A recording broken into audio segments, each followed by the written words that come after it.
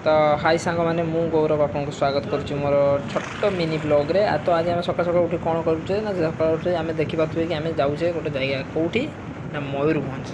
मयूरभंज बहुत बड़े भल भल भल सुंदर सुंदर जगह अच्छी सीताकुंड लुलुंग। तो आम सब जगह तो कभर करूँ तो से आम 3टी जगह को जावाई भाजु। तो जी भी नुआ आसो को प्लीज मैंने यूट्यूब चैनल को मोर सब्सक्राइब करूँ और नोटिफिकेशन बेल को ऑल सेट कर दिंतु।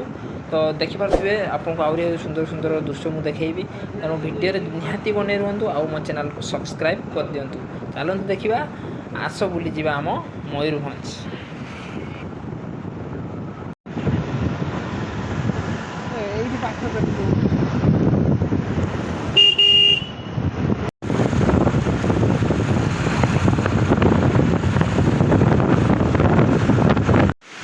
तो फाइनाली आम सीताकुंड में पहुँची जाइए। देखा आम सांग मैंने खाऊँ मुझे वीडियो शूट करुँची।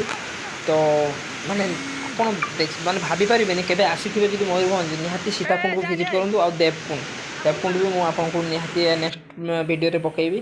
तो यहाँ पहाड़ उपर दृश्य माने कौन ना ये माने आपको माने शांति मनर शांति मिले। तेणु एमती वीडियो आस देखा मत निहाती फॉलो करूँ। मुझे प्रत्येक चेष्टा करी नुआ नुआ वीडियो आपंपाई आने देखिपे।